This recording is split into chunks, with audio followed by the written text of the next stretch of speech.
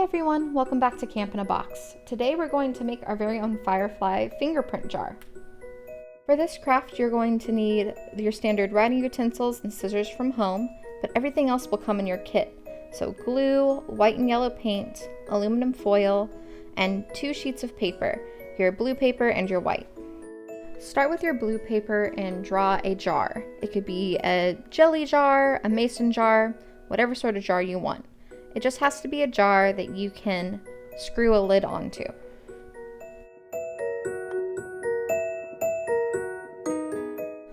Once you're done drawing your jar, you're going to need to outline it with either a dark marker or a pen.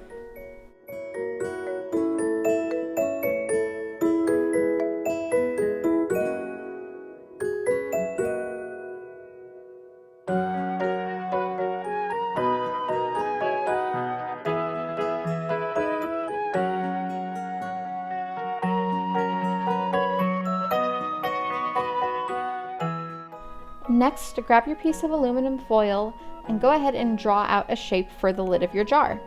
You can use your drawing underneath as a guide, but it's easier to draw your lid a little bit bigger than you need it to be because you can always trim it down to fit the size of your jar later.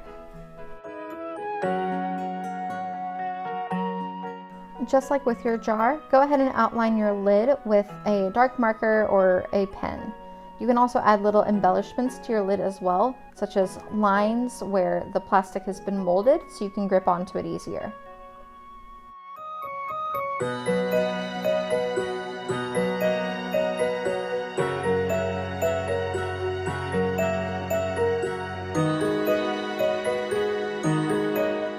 Set your aluminum foil off to the side and start cutting out your jar.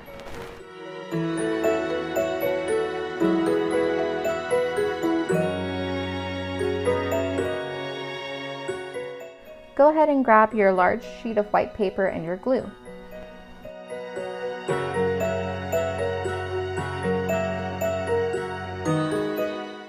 Using either your fingers or a paintbrush, lay a nice thick layer of glue at the bottom of your jar. Then flip your jar over and press the area that you glued down onto the white paper. Then go ahead and lay your glue along the sides of your jar on the white paper below. We're only going to glue the outer edges of the jar instead of the middle. If we glue in the middle of the jar, not only will our whole paper start to wrinkle up, but it just will ruin the nice smooth appearance of our paper jar. When you're gluing down the top of your jar, make sure that you press from the middle of your jar towards the top of the jar. That way you can get out any air that could be trapped in the middle of the jar.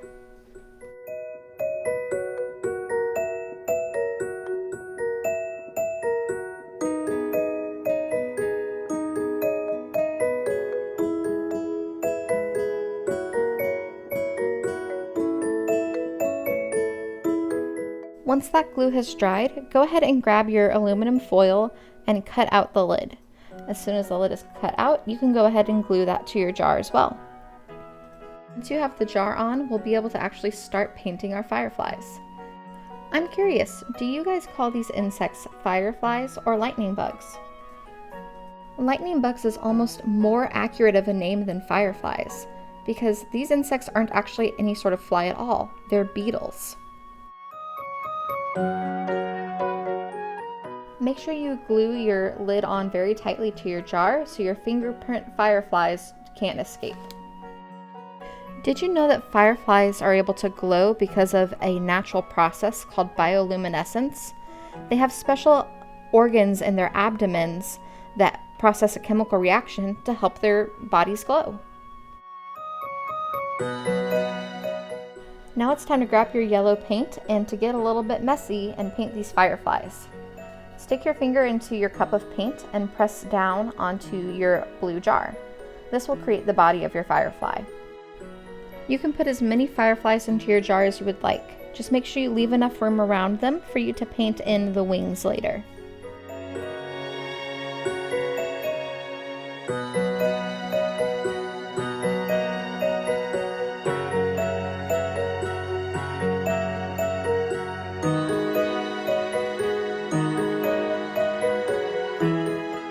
time to give our own fireflies wings. Go ahead and grab your white paint and then stick just the very tip of your finger into the jar. Then put little dots of paint on either side of your firefly bodies. Speaking of the wings, did you know that fireflies actually have two different sets of wings? They have a hard outer set of wings that they use to balance while they're flying, and then they beat their softer inner wings in order to actually have momentum and go places.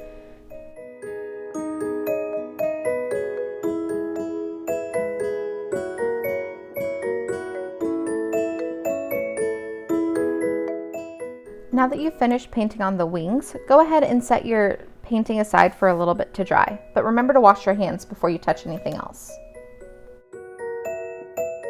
Double check and make sure that your paint is dry to the touch.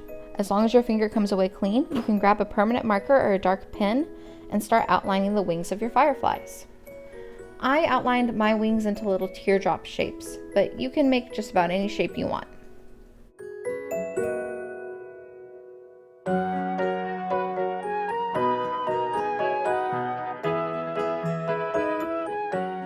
Let's go ahead and draw on some friendly smiley faces to our fireflies.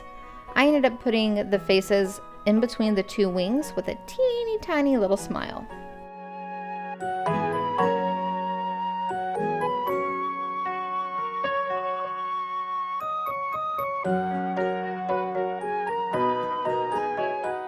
Once you're done drawing the faces, go ahead and draw some little dotted lines behind your fireflies to act as flight lines. Although most of the firefly species across the world look just about the same, each one of them has their own distinct pattern of flashing.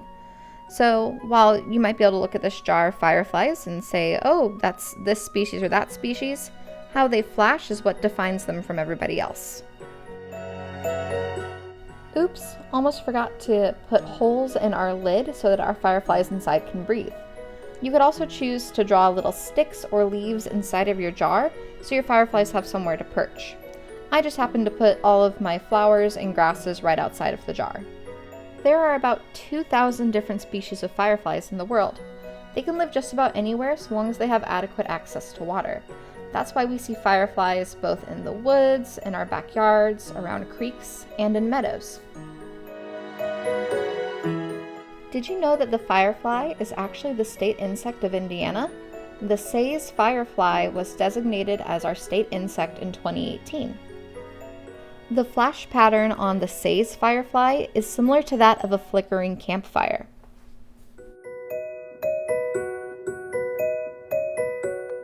I went ahead and outlined my wildflowers and clovers with a black marker to help them stick out from the white background just a little bit more.